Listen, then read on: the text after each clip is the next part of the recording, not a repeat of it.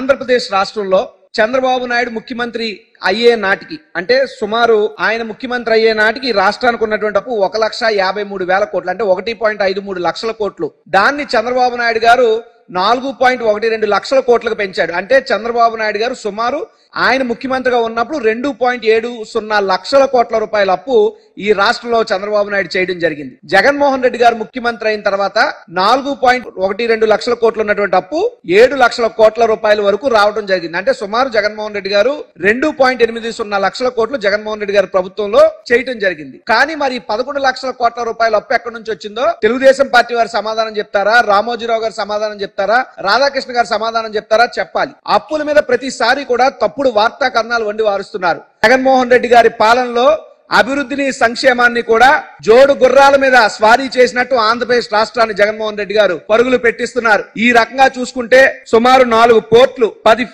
Shipping హార్బర్లు, 127 పరిశ్రమలు, 3 industrial కారిడార్లు, 10,000కు పైగా రైతు భరోసా కేంద్రాలు, 15,000కు పైగా సచివాలయాలు, మెడికల్ కాలేజీలు, ప్రాజెక్ట్స్ గానీ పెట్టుబడులు గానీ ఇవన్నీ కూడా ఆంధ్రప్రదేశ్ రాష్ట్రంలో with in the span of 5 years లో జగన్మోహన్ రెడ్డి గారు తీసుకురావడం జరిగింది. దానితో పాటు మారుతున్నటువంటి బడులు, బాగుపడినటువంటి ఆసుపత్రులు, ప్రజల ఇంటి వద్దకు అందుతున్నటువంటి పౌర సేవలు, దేశానికే తలమానికంగా ఉన్నటువంటి గ్రామ వార్డు సచివాలయ వ్యవస్థ, గ్రామ స్వరాజ్యాన్ని తలపించేటువంటి వాలంటీర్ వ్యవస్థ, ఈ రకంగా ప్రతి ఒక్కరికి కూడా అన్ని రకాలుగా మేలు చేసే విధంగా జగన్మోహన్ రెడ్డి గారి పాలన ఉంది. అభివృద్ధి అంటే జగన్మోహన్ రెడ్డి గారు, జగన్మోహన్ రెడ్డి అంటే అభివృద్ధి. కానీ ఈ చంద్రబాబు నాయుడు నేను అడుగుతున్నా, 14 ఏళ్లు పాలించావు కదా, 14 ఏళ్లలో ఒక్క పోర్టు కూడా కట్టలేనటువంటి చంద్రబాబు నాయుడు గారు మీరు సిగ్గుపడండి కాస్త అని అడుగుతున్నా.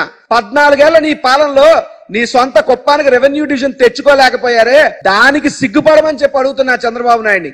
సిగ్గు లేకుండా నిస్సిగ్గుగా జగన్మోహన్ రెడ్డి గారి ప్రభుత్వం మీద తెల్లార్లేస్తే అబద్ధాలు చెప్తూ విష ప్రచారం ఎందుకు చేస్తున్నారని నేను అడుగుతున్నా. నీ 14 ఏళ్ల పాలనలో నువ్వు చేసింది ఏమిటి అంటే నీ వాళ్ళని, నీకు అనుకూలమైనటువంటి వ్యక్తుల్ని, ఆ వర్గాలని అభివృద్ధి చేసుకున్నావు. కానీ జగన్మోహన్ రెడ్డి గారు అనగారిన వర్గాలని అభివృద్ధి చేస్తున్నారు. ఎస్సీలు, ఎస్టీలు, బీసీలు, మైనారిటీలు ప్రతి ఒక్కరిని కూడా హక్కును చేర్చుకుని అభివృద్ధిలో భాగస్వాములను చేస్తున్నారు. ఈ రాష్ట్రంలో వచ్చినటువంటి పరిశ్రమలు గాని, ప్రాజెక్ట్స్ టుడే సర్వే ప్రకారం గడిచినటువంటి ఇన్వెస్టర్స్ సమిట్ తర్వాత వచ్చినటువంటి ఎంఓయూలు, తద్వారా పెట్టుబడుల ఒప్పందాల్లో గుజరాత్ రాష్ట్రం కంటే కూడా ఆంధ్రప్రదేశ్ రాష్ట్రం మెరుగైనటువంటి స్థితిలో ఉన్నది. ఇది పచ్చ మీడియా చెప్పనటువంటి వాస్తవాలు, ప్రజలకు తెలిసేలా మేం చెప్తున్నటువంటి నిజాలు.